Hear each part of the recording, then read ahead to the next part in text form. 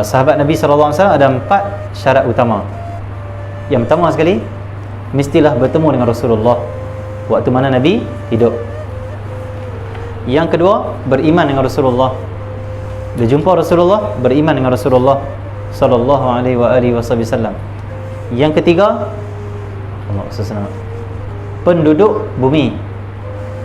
Penduduk bumi. Yang keempat, Allah SWT Muhammad mati dalam Islam, wafat dalam Islam. Ini 4 syarat utama dia itu sahabat Nabi sallallahu alaihi wasallam. Allah SWT. Sebab itu kata ulama, Allah SWT, ada seorang di akhir zaman ini, dia itu sahabat Nabi dan akan jumpa dengan kita, akan turun di akhir zaman.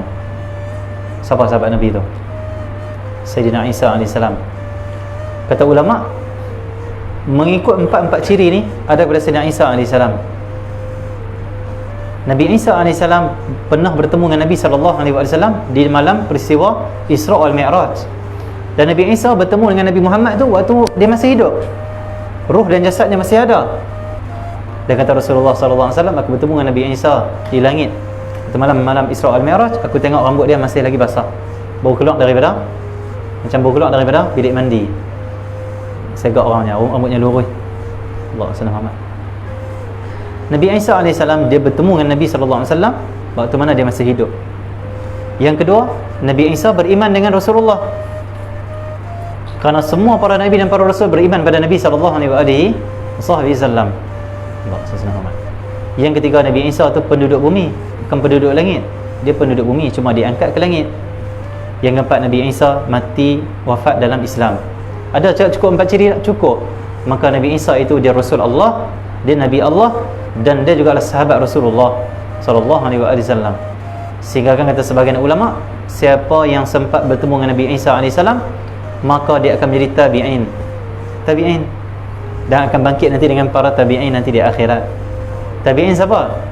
Allah. Di antara tabi'in adalah Malik bin Dinar, Hasan al-Basri. Itu para tabi'in yang hebat-hebat tu. Allah SWT. Tabi'in bukan maqam biasa. Tabi'in ni apa? Murid sahabat, orang yang bertemu dengan sahabat Nabi SAW, orang yang ikut sahabat Nabi. Mereka duduk di martabat tabi'in. Allah SWT. Tabi'in ni martabat selepas Nabi, selepas martabat sahabat. Tabi'in. Maqam ini akan dapat bagi orang yang bertemu dengan Nabi Isa AS. Kenapa? Nabi Isa itu sahabat Rasulullah, dia Rasul Allah, dan juga dia adalah Allah, pemimpin di akhir zaman, dan dia menggantikan Al-Imam Al-Mahdi. Tetapi anugerah Allah yang besar ini bukan Allah bagi murah macam tu bagi pada siapa yang Allah nak. Bukan Allah bagi pada siapa saja yang dapat. Tak. Anugerah Allah ni mahal. Maqam tabi'in tu mahal. Bertemu dengan seorang Rasul tu mahal. Hidup di akhir zaman bersama dengan pemimpin akhir zaman Mahdi dan juga Isa, Nabi Isa, mahal. Allah SWT.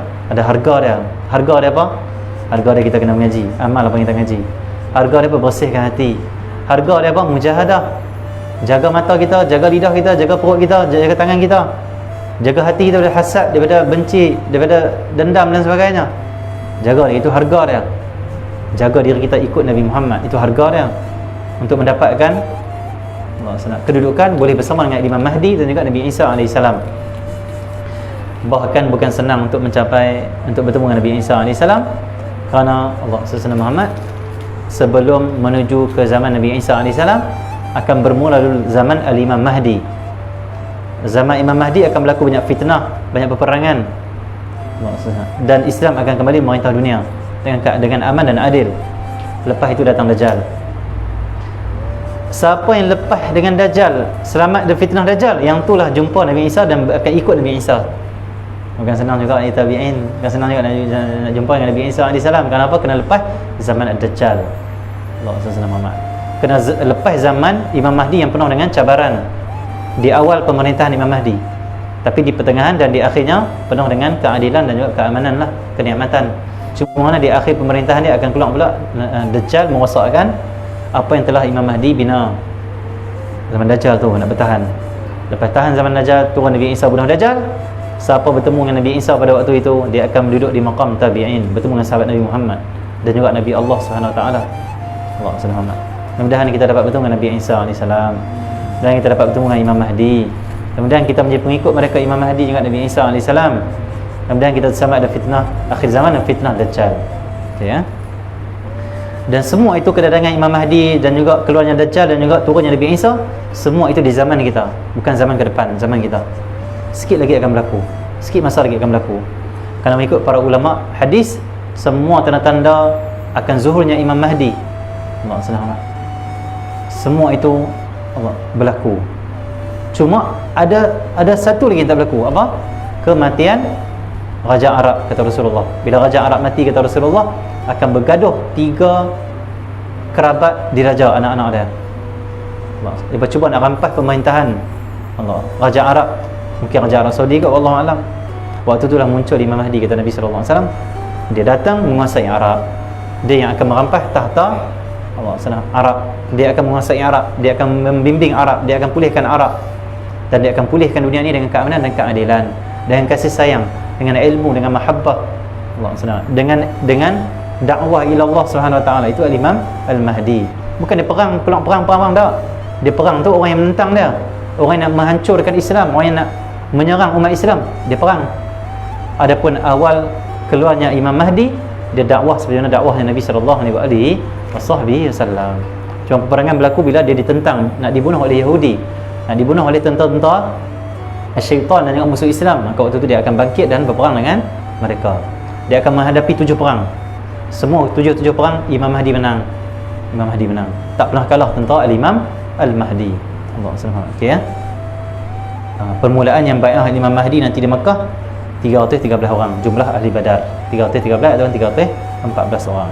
Lepas itu barulah semakin ramai menjadi pengikut dan juga tentera pada Al-Imam Al-Mahdi. 313 orang itu kata ulama semuanya para awliya aribillah, wali-wali Allah Subhanahu Wa Taala.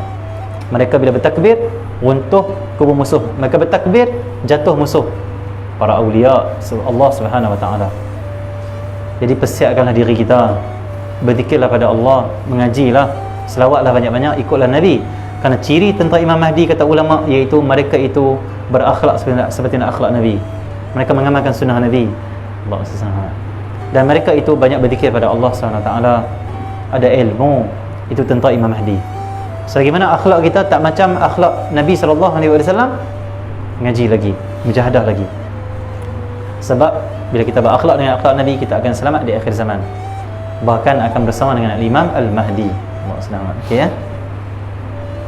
Sebab kita nak bersama dengan Imam Al-Mahdi bukan sebab perang semata-mata. Kita belum tentu lagi kita dipilih ke tak dipilih. Tahajud kita macam mana? Tentang Imam Mahdi tahajud, bangun, zikir pada Allah banyak, akhlak macam Nabi. Kalaupun kita tak dipilih untuk berperang sebab kita tak ada kelayakan, kita lemah sangat lah kot, sekurang-kurangnya kita menjadi orang yang mengikut dia, ikut ajaran dia, ikut dakwah dia, ikut bimbingan dia. Kenapa? Dia adalah Allah SWT, seorang insan yang dijanjikan oleh Nabi akan muncul di akhir zaman dan akan pulihkan umat ni. Umat ni lah ni berpecah. Kata Al-Habib Abu Bakar Al-Adani dalam kitab Fiqh Tahulat, kata dia, umat ni akan terus berpecah, sehinggalah datang dan muncul Imam Mahdi, umat Islam akan bersatu. Jangan pelik lah kalau parti Melayu ni banyak, jangan pelik. Memang itu Nabi sebut dalam hadis. Nabi kata kamu akan tengok nanti di akhir zaman ikhtilafan kathira, banyak perselisihan. Dan perselisihan ni akan selesai bila datangnya Imam Mahdi. Bila datang Imam Mahdi, semua umat Islam bersatu dalam satu kalimah la ilaha illallah Muhammadur Rasulullah Allah SWT. Semua umat Islam bersatu dalam cinta pada Allah, cinta pada Rasulullah. Satu penting di zaman ni, penting di saat ni kita buat majlis-majlis yang memupuk kecintaan pada Allah dan Rasul. Kenapa? Umat Islam hanya akan bersatu dengan cinta Allah dan Rasul, bukan cinta dunia. Sebagaimana ada cinta dunia, kita akan bergaduh, berpecah, bertumbuk, saling menjatuhkan. Kenapa? Dunia. Rasulullah kata, aku tak takut kamu syirik, hadis sahih. Tetapi aku takut bila dunia dibukakan kepada kamu, kamu berlumba untuk dapatkan dunia sehingga kamu bergaduh sama kamu, bunuh sama kamu, bergaduh lah, terlingkar. Kenapa? Kerana dunia, nak dapatkan dunia. Tapi kalau tujuan kita ambil dunia ni tujuan Allah, kita dapat jawatan tujuan kita Allah, bukan tujuan jawatan dan juga kekayaan. Kita berhimpun ramai, tujuan kita Allah, bukan tujuan nak ramaikan pengikut, bukan tujuan nak ambil duit, bukan tujuan nak masyhur, tujuan kita Allah dan Rasul, maka boleh bersatu hati kita. Sebab tu buatlah kerja-kerja Imam Mahdi. Inilah kerja-kerja Imam Mahdi. Apa? Buat majlis satukan hati orang di atas cinta Allah dan Rasul. Ini kerja Imam Mahdi. Allah SWT. Buat kerja Imam Mahdi. Allah SWT. Baru kita boleh menjadi pengikut Imam Mahdi. Nabi suruh kita ikut Imam Mahdi. Kenapa kita tak mau ikut Imam Mahdi? Nabi kata nanti akan keluar panji hitam dari timur. Allah SWT. Bila kamu dengar tentang mereka, merangkaklah kamu. Pergilah kamu kepada mereka, joinlah mereka, bersama dengan mereka. Walaupun kamu kena merangkak dalam salji, pi juga, kata Rasulullah SAW. Kerana dalam mereka itu ada Khalifah Allah Al-Mahdi. Imam Mahdi duduk dengan mereka. Panji-panji Islam akan keluar dari timur. Itu saya tak syarah lah dalam itu timur mana apa semua. Cukup kita ni dengar untuk kita ni amal sunnah Nabi. Itu semangat untuk mengikuti majlis-majlis yang memupuk cinta Allah dan Rasul. Buat dakwah, ketua-ketua jabatan, buatlah majlis. Siapa yang di ketua jabatan, di jabatan kerajaan ke, tak kira swasta ke, fikir tolong Imam Mahdi, tolong perjuangan akhir zaman, tolong pulihkan umat Islam. Macam mana? Buat majlis ilmu, majlis zikir, majlis apa saja yang memupuk cinta Allah dan Rasul, menyatukan hati umat Islam dengan majlis ilmu, majlis zikir, majlis cinta Allah dan Rasul. Ini kerja kita kena buat. Jangan nanti Imam Mahdi keluar, Imam Mahdi kata lah, hampa tak buat kerja apa lagi noh. Aku ingat siap habis dah, tak buat kerja apa, hampa ni buat apa, malas ya. Tak, kita buat, kita khidmat. Wahai Imam Mahdi, kami khidmat pada engkau. Kerja engkau satu kaum umat Islam, jadi kami mulakan dulu. Kami buat setakat mampu kami. Allah SWT. Itu pemimpin kita nanti di akhir zaman. Nabi suruh kita ikut dia.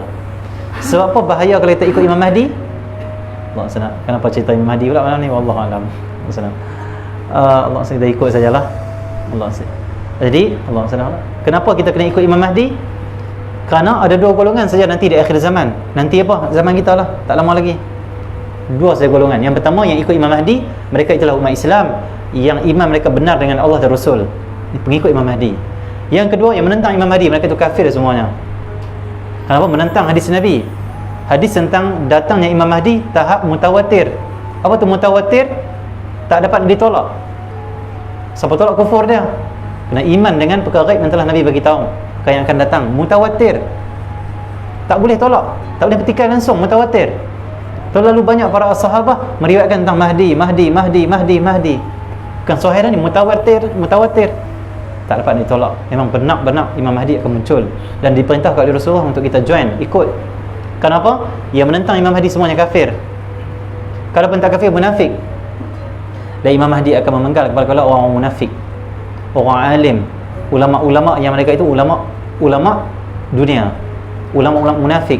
Kata Nabi SAW, yang lebih aku takut daripada Dajjal iaitu ulama usul, yang mereka itu pandai berkata-kata, pandai berceramah, tetapi mereka membawa orang kepada kesesatan, membawa orang kepada dunia, membawa orang kepada kebesaran dan juga mengkafirkan semua umat. Bahaya. Ulama usul cakap petah Quran hadis tetapi dia pecahkan umat. Cakap petah Quran hadis tapi dia ajak umat Islam bersangka buruk pada saudara dia, mengkafirkan saudara dia, angkat senjata bunuh saudara dia dengan kalimah jihad. Ini ulama usul aku lebih takut bila Dajjal, kata Nabi SAW. Dajjal orang tahu Dajjal, kafara Dajjal. Ulama usul pakainya Islam, cakapnya Quran dan hadis, petah berceramah kata Rasulullah, tetapi mereka menghancurkan umat Islam, merosakkan umat Islam, menghalalkan darah umat Islam dengan fatwa-fatwa yang menyeleweng, yang menyesatkan. Alhamdulillah min zalik. Itu kena ikut Imam Mahdi. Cara ikut Imam Mahdi macam mana? Ikut Nabi Muhammad sallallahu alaihi wasallam. Buat majlis-majlis yang bersihkan hati, yang menguatkan hati kita, menguatkan iman kita. Itu jalan dia. Dan mudah-mudahan Allah SWT memilih kita untuk bersama dengan Imam Mahdi, bantu perjuangannya, dan juga mudah-mudahan Allah SWT melindungi kita daripada berpihak pada golongan munafik dan juga golongan kafir yang menentang perjuangan akhir zaman, perjuangan Imam Al-Mahdi.